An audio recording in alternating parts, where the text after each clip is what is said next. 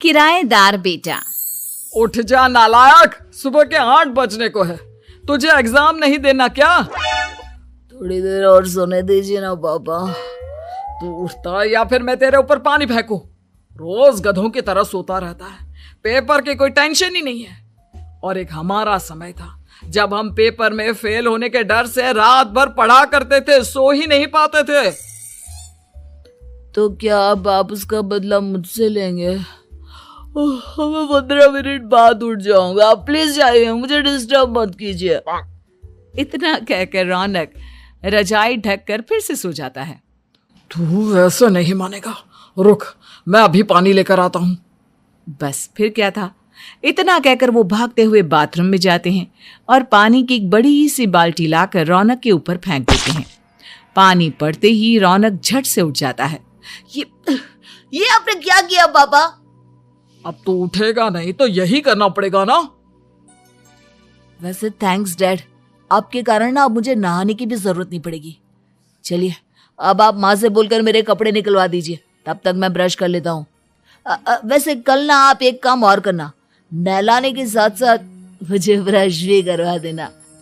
ये ब्रश करने में ना मुझे बहुत आलस आता है। रौनक की बातों से अरविंद का मुंह खुला का खुला रह जाता है। वो अपनी पत्नी कमला के पास जाता है और रौनक की हरकतों के बारे में बताता है, जिसे सुन उसकी पत्नी हंसने लगती है। तुम अपने बेटे को समझाने के बजाय हंस रही हो। रौनक बच्चा है, धीरे धीरे सुधर जाएगा। आप क्यों उसके पीछे पड़े रहते हो? अभी नहीं सुधरेगा तो कब सुधरेगा? 10वीं क्लास में है रौनक, वो अब कोई बच्चा नहीं रहा। अरविंद की इतना बोलते ही वहां रौनक भी आ जाता है। क्या डैड, मैंने आपको एक काम दिया था, वो भी नहीं हुआ आपसे। अरे क्या हुआ बेटा? माँ, मैंने डैड से बोला था कि वो आपको बोलकर मेरे स्कूल की यूनिफॉर्म निकाल दे, लेकिन मेरे पीछे पड़ने के अलावा इनसे एक काम ढंग से नहीं होता। देख रही हो कमला, देख रही हो अपने लाडले को? अरे आप चुप रहिए जी। चलो बेटा, मैं तुम्हें कपड़े निकाल कर दे देती हूँ बस। ऐसे ही साल पर साल बीतते जाते हैं, लेकिन रौनक के रवैये में कोई बदलाव नहीं आता। वो पहले से भी ज्यादा आलसी और पूरी तरह अपने माता पिता पर निर्भर हो जाता है। 2 साल बाद पता नहीं कहाँ गायब रहता है पूरे दिन, अब तक तो आ जाना चाहिए था। अरे आप इतनी फिक्र क्यों कर रहे हैं उसकी? दोस्तों के साथ खेल रहा होगा, आ जाएगा अभी। ये कोई टाइम है खेलने का? 10 बजने वाले हैं, इतनी रात में कौन खेलता है? कमला कुछ कहती उससे पहले ही रौनक वहां आ जाता है। मम्मी जल्दी से खाना लगा दो, बहुत भूख लग रही है। तुम्हें तब तक खाना नहीं मिलेगा जब तक तुम बता नहीं देते कि इतनी रात गए कहां से आ रहे हो। ओ प्लीज डैड, अब आप एसी पे प्रद्युमन बनकर मेरे सर पर बंदूक लेकर मत बैठ जाना। अपनी फालतू की बकवास बंद कर और बता कहां से आ रहा है। माँ अब समझाइए ना डैड को। बता देना बेटा, इनको भी तसल्ली हो जाएगी। आप बोल रही हैं तो बता देता हूँ, मैं दोस्तों के साथ मूवी देखने गया था, इसलिए देर हो गई। तो इन सब चीजों में मेरे पैसे उड़ाता है। कभी 1 रुपया कमाने के बारे में सोचा है तूने? जब देखो हवा की तरह पैसे उड़ाता रहता है। माँ अब आप इन्हें चुप करा दीजिए, वरना ना मुझे गुस्सा आ जाएगा। अच्छा क्या कर लेगा? बता ना क्या कर लेगा तू? वैसे बात तो ठीक ही है, मैं कर ही क्या सकता हूँ। पैसे तो फिर भी मैं आपसे ही मांगूंगा ना। चलिए अब ये सब बात छोड़िए और मम्मी मेरे लिए खाना लगा दीजिए। अभी लगा देती हूँ बेटा। मैं बता रहा हूँ कमला, एक दिन ये ऐसे ही बिगड़ जाएगा। ओफो, आप क्यों इतना पीछे पड़े रहते हो मेरे बच्चे के? बात की बाद में देखेंगे, अभी आप शांति से उसे खाना खाने देंगे। अगले दिन डैडी मुझे 10,000 रुपए चाहिए। हाँ? अब इतने पैसे क्यों चाहिए तुझे? डैड आप बिना सवाल किए कभी पैसे नहीं दे सकते क्या? जब तक तू बताएगा नहीं तुझे पैसे भी नहीं मिलेंगे। अरे अब आप अपने बेटे को पैसे भी नहीं दे सकते? नालायक, तेरी उम्र के लोग नौकरी करते हैं और एक तू है जो नौकरी करने का नाम ही नहीं लेता कभी। आप लोगों के होते हुए भला मैं नौकरी क्यों करूं? अरे हम कब तक पैसे देंगे तुझे? तुझे भी तो अपने पैरों पर खड़ा होना होगा ना। कौन सा उधार के पैरों पर खड़ा हूं? अपने ही तो पैरों पर खड़ा हूं मैं। इसी तरह रौनक दिन प्रतिदिन लापरवाह होता जाता है। उसकी लापरवाही को देखते हुए अरविंद और कमला अपने बेटे की शादी कराने का फैसला लेते हैं और 1 महीने के अंदर अंदर ही रौनक की शादी मेघा नाम की लड़की से करा देते हैं। शादी के कुछ दिन बाद, रौनक, मुझे एक अच्छी सी साड़ी चाहिए, आप ला दोगे ना? हाँ, क्यों नहीं। कितने तक की आती है साड़ी? यही करीब 5,000 तक की। तुम चिंता मत करो, मैं आज ही डैडी से पैसे मांगकर तुम्हारे लिए साड़ी ले आऊंगा। आप कब तक ऐसे ही अपने पापा से पैसे मांगते रहेंगे? कोई अच्छी सी नौकरी क्यों नहीं कर लेते आप? अरे डैड के होते हुए मुझे नौकरी करने की जरूरत ही क्या है? पर आप ऐसे कब तक उनसे पैसे मांगते रहेंगे? कुछ आपको अपने दम पर भी तो करना होगा ना। अब तुम भी बाकी लोगों की तरह मुझे ज्ञान देना शुरू मत कर देना। साड़ी चाहिए ना तुम्हें, मिल जाएगी बस। इतना कहकर रौनक अपने पिता से पैसे मांगने चला जाता है। डैडी, मुझे 5,000 रुपया चाहिए।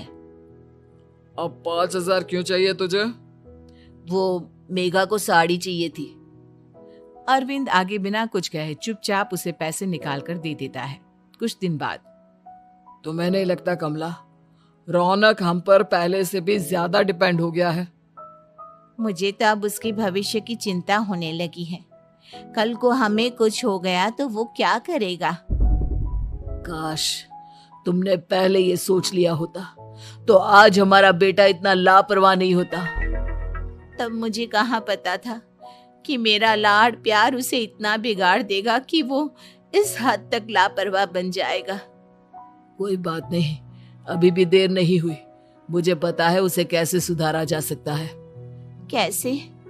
अरविंद कुछ कहता उससे पहले रौनक वहां आ जाता है और पैसों के लिए हाथ फैलाने लगता है। डैड, मैं और मेघा बाहर घूमने जाना चाहते हैं। अरे वाह, ये आज सूरज कहाँ से निकला है? Dad please. अच्छा चलो अब मुद्दे की बात करो। मुझे अब 25,000 चाहिए। अब तुम्हें 1 रुपया भी नहीं मिलने वाला। अगर तुम्हें पैसों की इतनी ही जरूरत है तो कोई ढंग की नौकरी कर लो। मम्मी, आप कुछ कहिए ना डैड को। बेटा, वो गलत क्या बोल रहे हैं? ये सब हम तेरे भले के लिए ही तो कर रहे हैं। मम्मा, मैंने बताया ना आपको, मुझे नहीं करनी कोई जॉब वॉब। तो ठीक है, निकल जाओ हमारे घर से। तुम्हारे जैसे लोगों के लिए मैंने ये घर खड़ा नहीं किया है। जितना ये घर आपका है ना, उतना ही मेरा भी है। मैं कहीं नहीं जाने वाला। जाना तो पड़ेगा ही तुझे, क्योंकि अब मैं तेरा कोई भी खर्चा नहीं उठाने वाला। ठीक है, मत उठाइए मेरा खर्चा, मैं अपने दम पर भी जी सकता हूँ। तो बेशर्मों की तरह अब तक यहाँ क्यों खड़ा है? अपना सामान ले और निकल जाए यहाँ से। रौनक पैर पटकते हुए वहां से चला जाता है। घर से निकालना जरूरी है क्या उसे? बिना पैसों के कौन रखेगा उसे किराए पर? अगर उसका भविष्य सुधारना है तो हमें अपने दिल पर पत्थर रखकर ये कदम उठाना ही होगा। दोनों बात कर रहे होते हैं कि रौनक अपनी पत्नी के साथ एक बड़ा सा बैग लेकर घर से निकल जाता है, लेकिन घर से बाहर उसे कोई भी मुफ्त में अपने घर किराए पर नहीं रखता। अंत में थक हार कर वो फिर से अपने घर चला जाता है। क्या हुआ? थोड़ी देर पहले तो दहाड़ते हुए घर से निकला था, अब क्या हुआ? नहीं रखा ना किसी ने तुझे किराए पर? डैड प्लीज, मैं कुछ दिनों में कोई अच्छी सी नौकरी शुरू कर दूंगा। आप तब तक तो हमें रख लीजिए प्लीज। सुबह से रात हो चुकी है लेकिन कोई हमें रखने को राजी नहीं है। अब आप ही बताइए, इतनी रात को मैं मेघा को लेकर कहाँ जाऊंगा?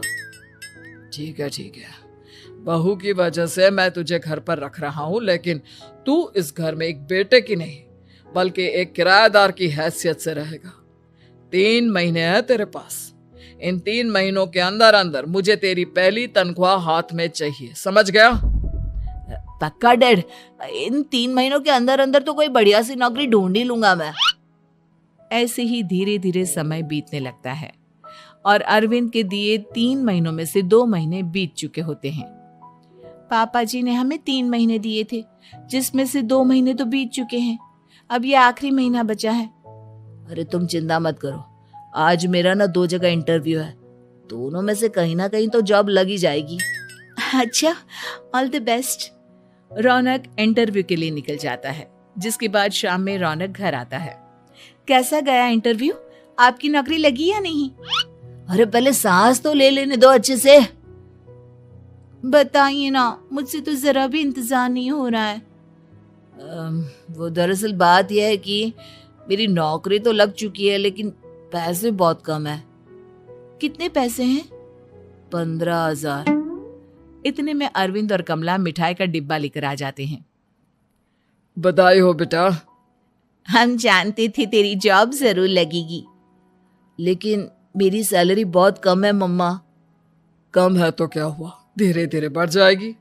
हाँ बेटा, हम तो बस चाहते थे कि तू अपने पैरों पर खड़ा हो जाए। मतलब अब आप मुझे घर से नहीं निकालेंगे?